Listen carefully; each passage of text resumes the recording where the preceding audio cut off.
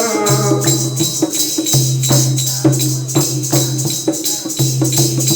बोले सदगुरुदेव महाराज,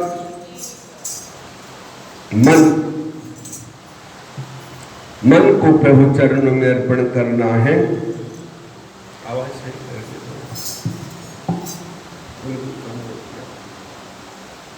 मन को जो प्रभु चरणों में अर्पण करता है तो उन्हें समझो सब कुछ कर लिया, उन्हें सब कुछ प्राप्त कर लिया। उसके लिए कुछ भी दुर्लभ नहीं है। भाव होना चाहिए, क्योंकि भगवान भाव के भूखे हैं।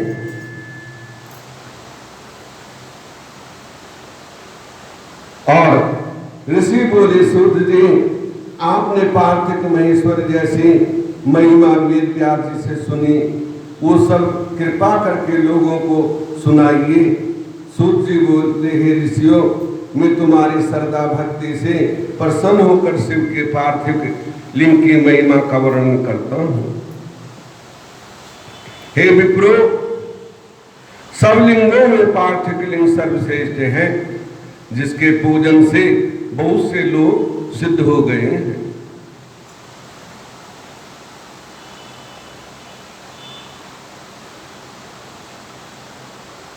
उससे मनोरथ सिद्ध हो चुके हैं। देवता, दैत्य, मानव, गंधर्व, सर्प, राक्षस शिवलिंग की पूजा करके परम सिद्धि को प्राप्त हो चुके हैं।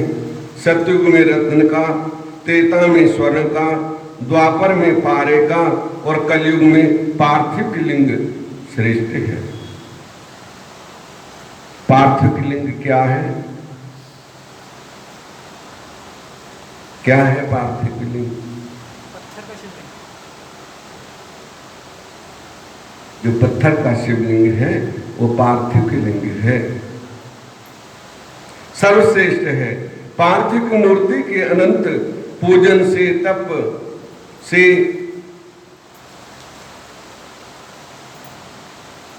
भी अधिक है फल प्राप्त होता है। जैसे समस्त नदियों में गंगा जी श्रेष्ठ है ना, वैसे ही सब लिंगों में पार्थिव लिंग श्रेष्ठ है। जैसे सब मंत्रों में ओंकार मंत्र महान है, ऐसे ही सब लिंगों में पार्थिव श्रेष्ठ है, आराध्य और पूज्य है। जैसे सब वर्णों में ब्राह्मण श्रेष्ठ है, सब पुरियों में काशीपुरी सर्वोत्तम है।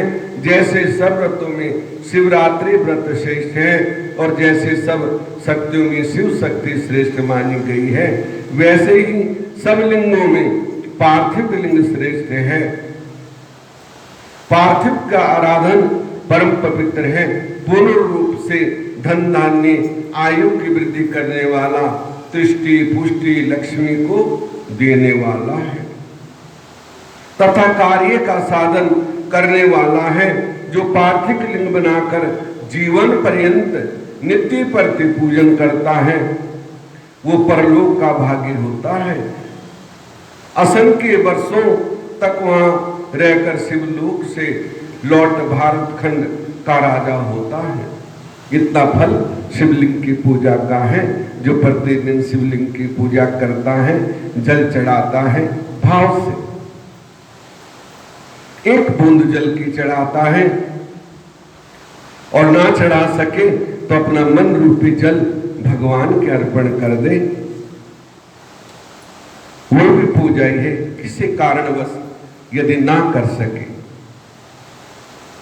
तो अपना मन रूपी जल प्रभु के अर्पण कर दे, तो उसे भी प्रभु स्वीकार करते हैं। वो सही मुक्ति जो ब्राह्मण होकर भी पार्थिव लिंग की पूजा नहीं करता, वो अत्यंत दारुण शूल नामक घोर नरक को प्राप्त होता है। रत्न, स्वर्ण, स्फटिक, पार्थिव, पुष्पराग उत्पन्न लिंग हो उसे भली प्रकार सजाकर पूजा करें। सूत जी बोले, वेद मंत्रों की विधि से स्नान करके फिर ब्रह्म यज्ञ कर पीछे तर्पण करें।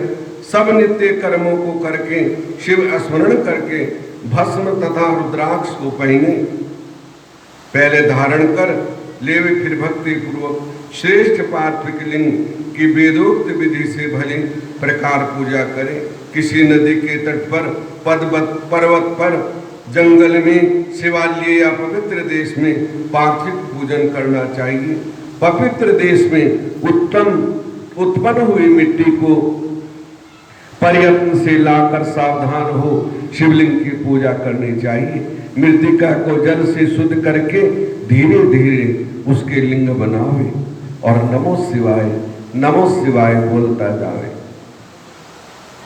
ओम नमः शिवाय बोलो, ओम नमः शिवाय, ओम नमः शिवाय बोलो, ओम नमः शिवाय, ओम नमः शिवाय बोलो, ओम नमः।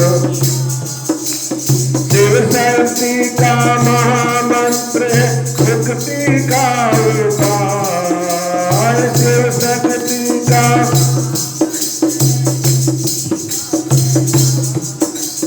ओम नमः शिवाय बोलो, ओम नमः शिवाय, ओम नमः शिवाय बोलो, ओम नमः शिवाय।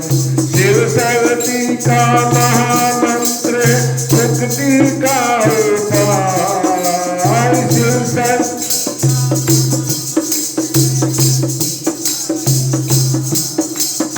ओम नमः शिवाय बोलो, ओम नमः शिवाय, ओम नमः शिवाय बोलो, ओम नमः शिवाय, ओम नमः शिवाय बोलो, ओम नमः शिवाय।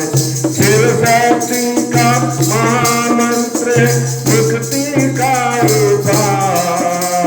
शिव शक्ति का ओम नमः शिवाय बोलो, ओम नमः शिवाय, ओम नमः शिवाय बोलो, ओम नमः शिवाय। बोले शंकर भगवान की।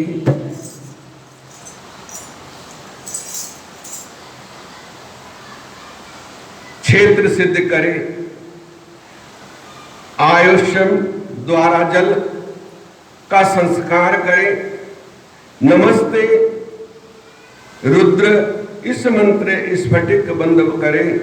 नमस्ते रुद्र इति मंत्र स्फटिक बंद करे। नमो शिवाय इस मंत्र से क्षेत्र की शुद्धि करे। नमो मंत्र में पंचामृत का प्रोक्षाण करे। नमो नलगिरवः इस मंत्र से लिंग की प्रतिष्ठा करें।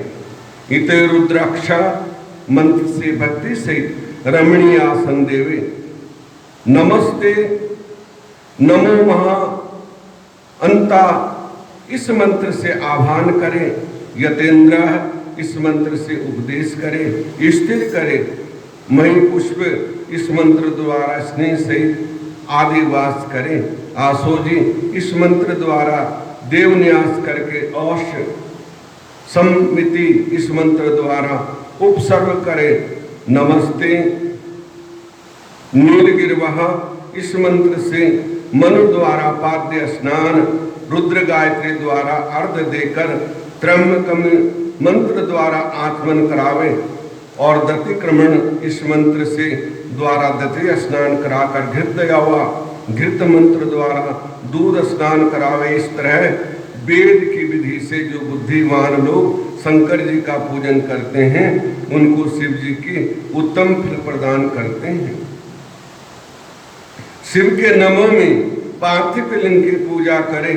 जैसे हर महेश्वर, शंभु, शूलपाणी, पिनाकधारी, शिव, पाशुपति, महादेव, गिरजापति आदि इस कर्म से मृतिका लाकर उसमें सुगंधित वस्तु द्रव्य मिलावे।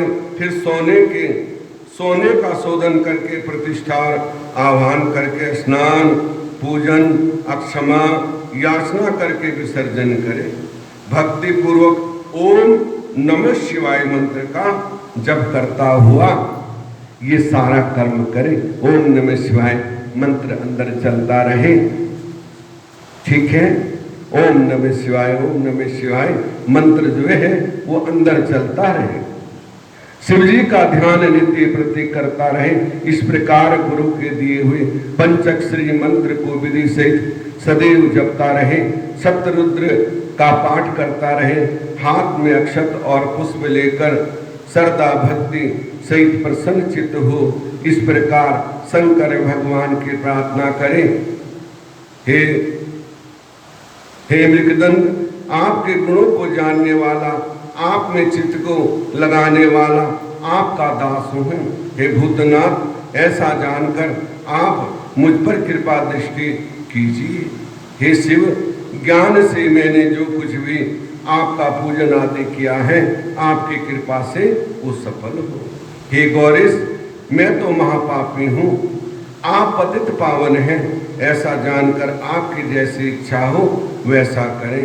हे महेश्वर, मैं सर्वभाव से आपका ही दास हूँ। हे परमेश्वर, आप मेरी रक्षा करें, मुझ पर प्रसन्न हो। मैं इस प्रकार करते हुए हाथ में लिए उन अक्षत और पुष्पों को शिव जी के ऊपर चढ़ावें, फिर साक्षात दंडवत प्रणाम करके प्रतिष्ठा करें। तदंतर श्रद्धा भक्ति पूर्वक स्तुति करके देवेश का स्थावन करें, फिर विनीत भाव से मधु शब्द उच्चारण करता हुआ प्रणाम करें। तत्पश्चात आदर पूजन विसर्जन करें। ऋषि बोले, हे सूत जी, शिव जी के पार्थिव लिंग की कुल कितनी संख्या है?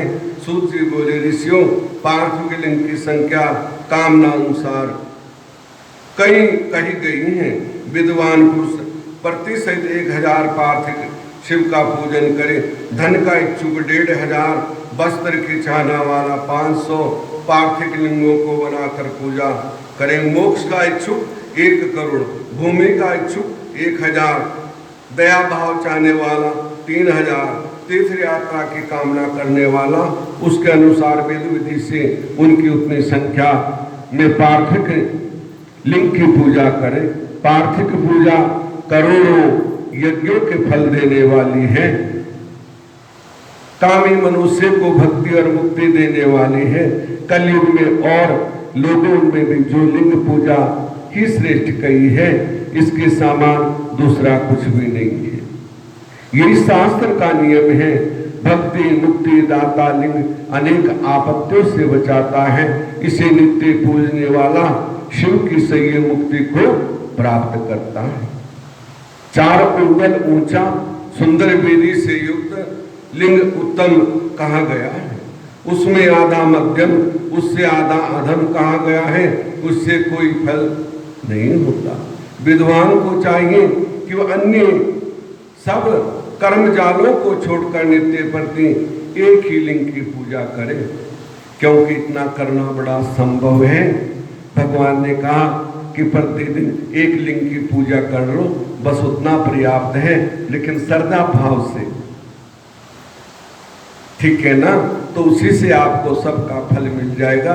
जो भी कामना है, कामना तो करनी ही नहीं चाहिए। भक्ति में कामना नहीं होनी चाहिए, इच्छा नहीं होनी चाहिए, निष्काम भक्ति होनी चाहिए, तो वो फलीभूत ज्यादा होती है मेरे हिसाब से। हाँ, कामना है भी तो प्रभु से प्रार्थना करो, सच्ची भावना से करो, तो प्रभु अवश्य उसे पूरी करते हैं। तो एक शिवलिंग की पूजा कर ले। हजारों बनाओगे तो आजकल तो कई दिन में नहीं बनेंगे। 1000 शिवलिंग बनाना कोई आसान थोड़ी है। तो भगवान ने कहा नहीं कर सकते, कोई बात नहीं। वो पहले के लोग थे जो 2:30 बजे उठते थे और 2:30 बजे उठ के भगवान नहा धो के भगवान की पूजा पाठ और शिवलिंगों की बनाते थे, मिट्टी ला के शोधन करके उसका और बना के फिर उनकी पूजा करते थे। उनको बहुत श्रद्धा थी। आज तो भगवान ने कहा है कि एक लिंग की ही पूजा कर लो, बस वही पर्याप्त है। उसमें ही श्रद्धा भाव रख लो, वही पर्याप्त है। क्योंकि लिंग का अर्चन करने से संपूर्ण स्थावर जंगम पूजित हो जाते हैं। भव सागर से तारने का इससे सरल उपाय दूसरा कोई नहीं है। ब्राह्मण, क्षत्रिय, वैश्य, स्त्री, अन्य सभी जातियों को शिवलिंग की पूजा करने का अधिकार है। ब्राह्मणों को वेदोक्त विधि से पूजा करनी चाहिए, अन्य विधि से नहीं। और दती जी गौतम ऋषि ब्राह्मणों के श्राप से दग्ध चित्त वालों एवं उनके वंशजों को जिनकी वैदिक कर्म में श्रद्धा नहीं है तथा जो वेद स्मृति से कर्म का अनादर कर दूसरे के कर्म का आचरण करते हैं, उनके संकल्प पूरे नहीं होते। उन्हें चाहिए कि उसी स्थान पर त्रिजग में अष्टमूर्ति का पूजन करे, क्योंकि पृथ्वी, जल, अग्नि, वायु, आकाश, सूर्य, चंद्र, यजमान, ये 8 मूर्तियां पूजनीय हैं।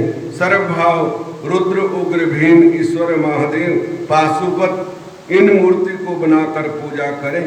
देव कर्म को रात्रि में सदैव उत्तर विमुख होकर करें। इसी प्रकार शुद्ध होकर उत्तर की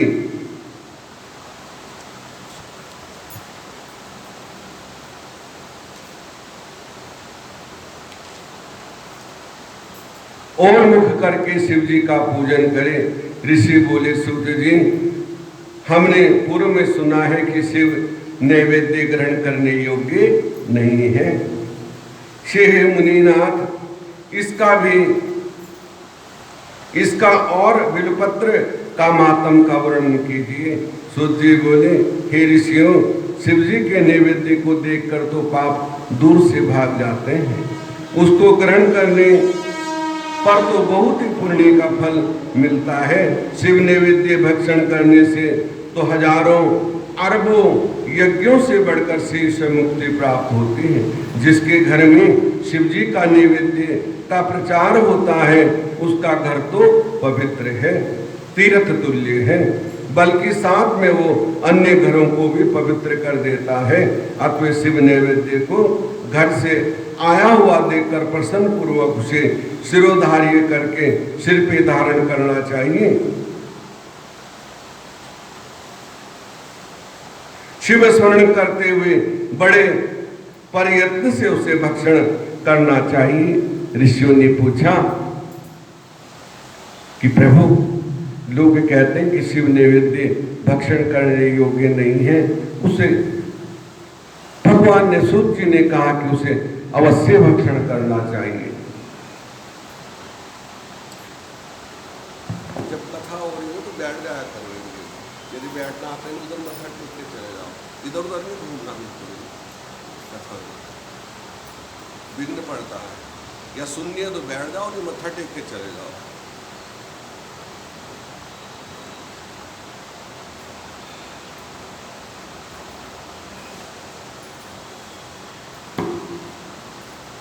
बल शंकर भगवान की।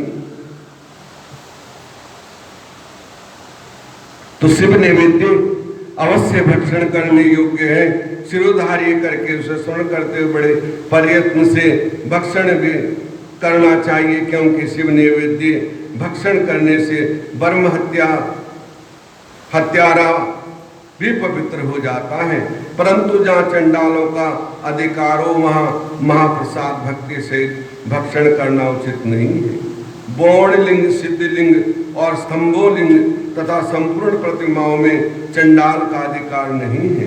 हे मुनीश्वरों, लिंग के ऊपर का नैवेद्य अवश्य आग्रह नहीं है। ठीक है ना? तो लिंग के ऊपर मैं हर बार सुनाता हूँ, कुछ नहीं चढ़ाना चाहिए, सामने उसके रखो, या आप लाए हो तो भोग लगा के और अंदर ले आओ, वो महाप्रसाद है। और जो शिवलिंग के ऊपर चढ़ता है तो चढ़ाने वाले के लिए भी अच्छा नहीं है और खाने वाले के लिए भी अच्छा नहीं है, लेने वाले के लिए भी। जैसे बहुत से मैंने देखा है, पैसे ऊपर रखेंगे शिवलिंग के, तो उसका दान बेकार गया। वो करा ना करा एक बराबर है। इससे ना करो तो अच्छा है, जल चढ़ा दो बस बहुत है। दक्षिणा जो भी वस्तु वो सम्मुख रखनी चाहिए। यदि तुम्हें कुछ दक्षिणा लेनी है तो तुम सिर पे रखोगे क्या? तो हम अज्ञानी बने रहते हैं, ज्ञानी होके भी अज्ञानी। और बहुत से ऐसा करते हैं, 1 रुपए का सिक्का ऐसे चिपका देते हैं गुड़ से ऊपर जो उतरे ही ना। चिपकाते नहीं चिपकाते हैं, जो रोज आते हैं वो देखते हैं, गुड़ से ऐसे चिपका देंगे कि वो पूरा जोर लगा के भी छूटता नहीं। तो ऐसा नहीं, भगवान के सम्मुख रखना चाहिए। तो भगवान भी कहते होंगे कि अच्छा भक्त आया, ठीक है ना। तो हमारी भक्ति श्रद्धा लगते ज्ञान भक्ति ऐसी होनी चाहिए कि जिसमें किसी को कष्ट ना हो, विशेषकर, और भगवान को तो होना ही नहीं चाहिए। तो वो सच्ची भक्ति है। लिंग के ऊपर का चढ़ाया हुआ जो प्रसाद है वो अवश्य ग्रहण करने योग्य नहीं है। भगवान ने कहा है किंतु लिंग का स्पर्श से अलग है, वो पवित्र है। ऋषियों, बिलपत्र महादेव जी का स्वरूप है, इसकी देवताओं ने भी बड़ी स्तुति की है। इसकी महिमा कठिनता से जानी जाती है। संसार में जितने भी पवित्र और प्रसिद्ध तीर्थ हैं वे सब बिलपत्र में निवास करते हैं, क्योंकि बिल्लु वृक्ष की जड़ में लिंग स्वरूप अव्यक्त महादेव जी का वास रहता है। और पुराण आत्मा इसी का पूजा करता है। निश्चय ही शिव जी को जल चढ़ाता है, मानो वो सब तीर्थों में स्नान कर चुका है, पृथ्वी पर पवित्र है। जो मनुष्य बिलपत्र की जड़ में गंध पुष्प आदि से पूजन करता है वो शिवलोक को जाता है और उसे अनंत तथा सुख की वृद्धि होती है। जो भक्ति से बिल की जड़ में दीपक जलाता है, उसकी पूजा करता है, वो सब पापों से छूट जाता है। बिल वृक्ष के नीचे जो शिव भक्त को भोजन कराता है उसे 101 ब्राह्मण से जिमाने से 1 करोड़ ब्राह्मणों को भोजन कराने का फल मिलता है। बिल वृक्ष के नीचे दूध घी में पका हुआ अत्र जो शिव भक्त को देता है वो दरिद्र नहीं होता। हे ऋषियों, प्रवृत्ति और निवृत्ति 2 प्रकार के मार्ग हैं। प्रवृत्ति मार्गे पाठ पूजा करें तो मनोरथ सफल हो जाते हैं। अभिषेक से अनंत सलिल अनंत नैवेद्य दे, फिर घर में लिंग को संपुटित करके शुद्ध स्थान में रखें। निवृत्ति मार्ग सूक्ष्म लिंग पूजा है, विभूति द्वारा पूजन करें, विभूति भी निवेदन करें, पूजा करके लिंग को मस्तक पर धारण करें। इस तरह बिलपत्र के नीचे बिल वृक्ष के जो जल चढ़ाता है तो भगवान उसे भी भक्ति का फल देते हैं। और बिलपत्र में के नीचे दीपक जलाता है तो उसके सारे पाप विनाश हो जाते हैं। और जो 1 ब्राह्मण को भोजन कराता है तो उस 1 करोड़ ब्राह्मणों के भोजन का फल प्राप्त होता है बिल वृक्ष के नीचे बैठ के, लेकिन भाव से। और जो शिव के अलग रखा हुआ नैवेद्य है, शिव के ऊपर नहीं चढ़ाया गया, वो सदा पवित्र है। वो प्रसाद जिस घर में जाता है तो घर भी पवित्र हो जाता है।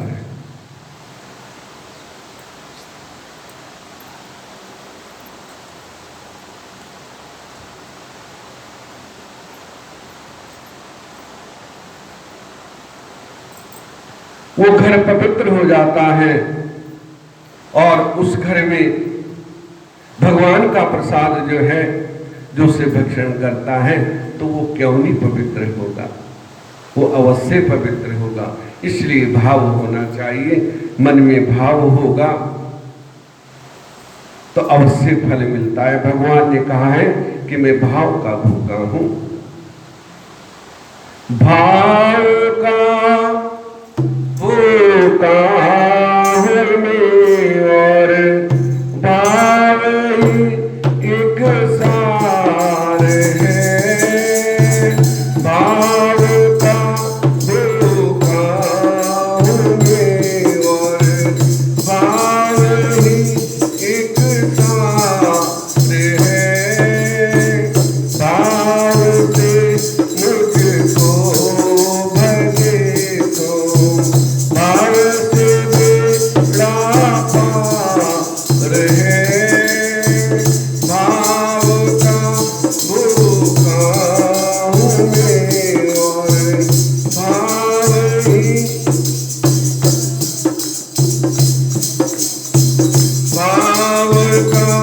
भूखा हूँ मैं और भाव ही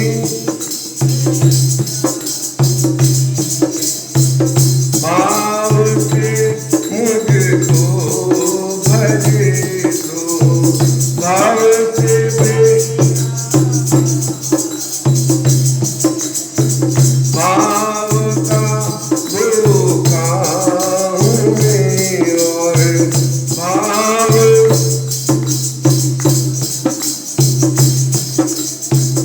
भाव का भूखा हूँ मैं और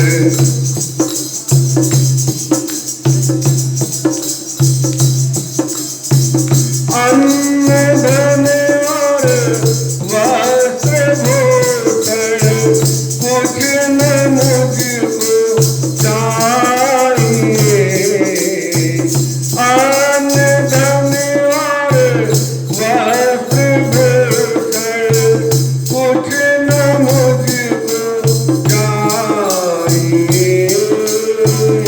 आप हो जाए मेरे बस यही मेरा सत्कार है आप हो जाए मेरे बस यही मेरा सत्कार है भाव का भूखा हूँ मैं और भाव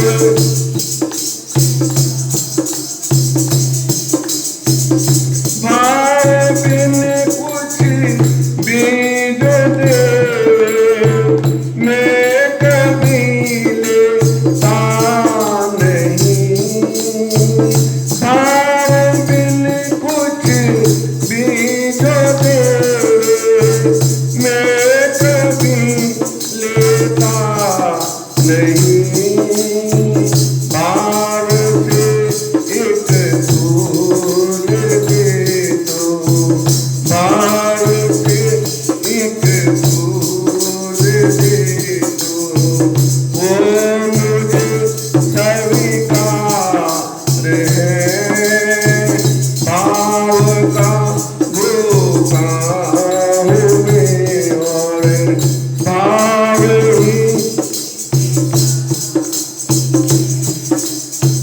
भाव का भूखा हूँ मैं और भाव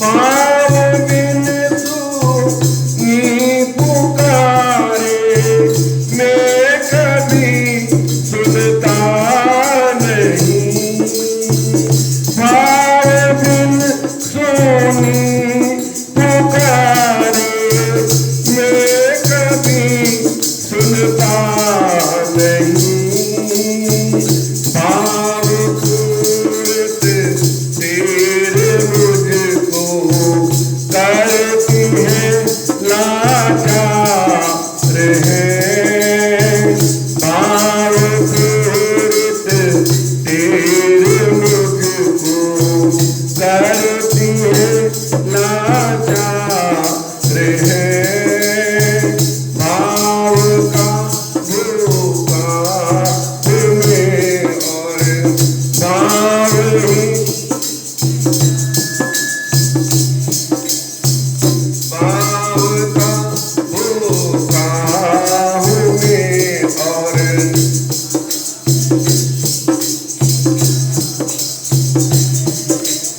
जो मुझ में भाव रख कर लेता है मेरी शरण जो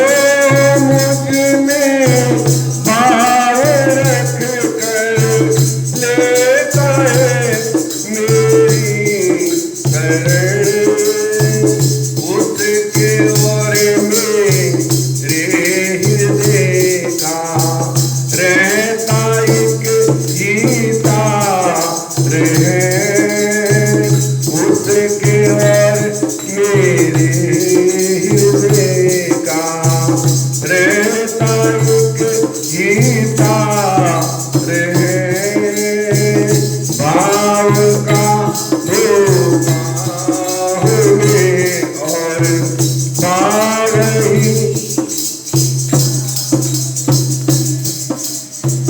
भाव जिस जन में नहीं उसकी मुझे चिंता नहीं भाव जिस जन में नहीं उसकी मुझे चिंता नहीं भाव वाले भक्त का भरपूर मुझ पर भार है भाव वाले भक्त का भरपूर मुझ पर भार है भाव का भूखा हूँ और भाव एक साथ है भाव का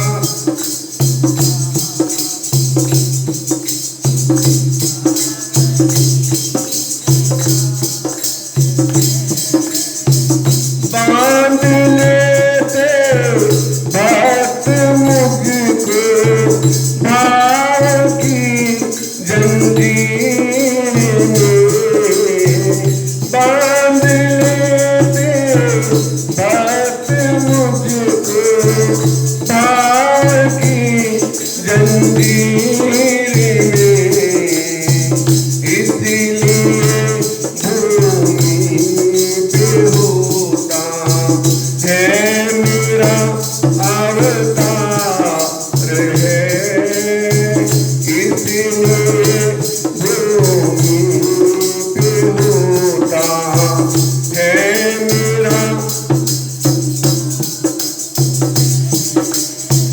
भाव का भूखा हूँ और बावड़ी एक साथ है भाव का भूखा हूँ और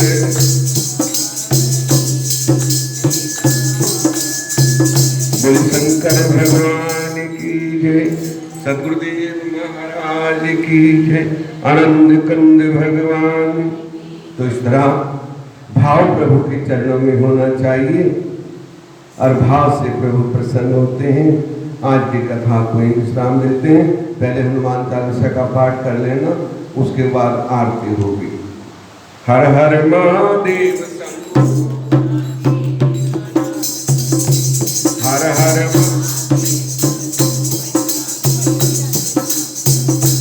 काशी विश्वनाथ गंगे काशी अमरनाथ गंगे हर हर महादेव शंभो काशी हर हर